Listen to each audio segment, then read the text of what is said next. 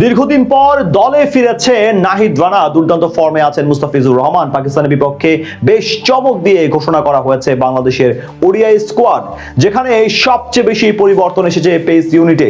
ইনজুরির কারণে নেই তানজিদ সাকিব এবং হাসান মাহমুদ। সেখান থেকে কেমন হতে পারে বাংলাদেশের পেস আক্রমণ, সেটা নিয়ে বিস্তারিত এই রিপোর্ট। বিসিএল পর্যন্ত ভালোই ছিল, কিন্তু পাকিস্তানের বিপক্ষে সিরিজের ঠিক আগ মুহূর্তে মহা দুশ্চিন্তায় পড়েছে টাইগারদের টিম ম্যানেজমেন্ট। কেননা একই সাথে দলের একাধিক পেসার পড়েছেন ইনজুরিতে।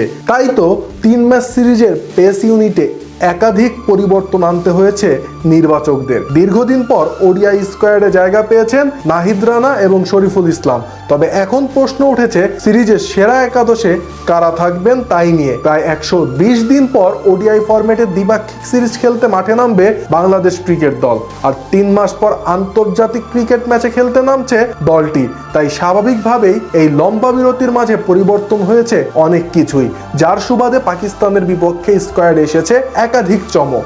এদিকে ইনজুরির কারণে এই সিরিজে খেলা হবে না ডানহাতি ফাস্ট বোলার তানজিম হাসান সাকিবের। বিসিএল এ অনুশীলনের সময় ব্যথা পান এই পেসার, যেখান থেকে এখনো সুস্থ হতে পারেননি তিনি। একই অবস্থা আরেক নিয়মিত পেসার হাসান মাহমুদের। সব মিলিয়ে বলা চলে 3 ম্যাচের ওয়ানডে সিরিজের আগে একটু চাপেই থাকতে হচ্ছে টিম ম্যানেজমেন্টকে। তারা না থাকলেও স্বস্তির খবর হলেন কাটার মাস্টার মুস্তাফিজুর রহমান। বল হাতে দুর্দান্ত ছন্দে আছেন এই বাহাতি পেসার। সারা দুনিয়া তাকে নিয়ে মাথা ঘামালেও সেদিকে কোনো প্রকার কর্ণপাত না করে নিজের সেরাটা দিয়ে যাচ্ছেন তিনি। তাই পেস ডিপার্টমেন্টের নেতৃত্বভার থাকছে ফিজের কাঁধে। তার সাথে সেরা একাদশে দেখা যেতে পারে বিপিএল এর সর্বোচ্চ উইকেটের মালিক শরীফুল ইসলামকে। বল হাতে বেশ ভালো সময় পার করছেন তিনি। মাঝে জাতীয় দল থেকে বাদ পড়লেও নিজেকে আরো একবার প্রমাণ করেই আন্তর্জাতিক মঞ্চে প্রত্যাবর্তন করছেন বামহাতি শরীফুল। 2026 বাংলাদেশ প্রিমিয়ার লিগে 12 ম্যাচে শিকার করেছিলেন 26 উইকেট, গড় ছিল মাত্র 10। এমন পরিসংখ্যান নিয়ে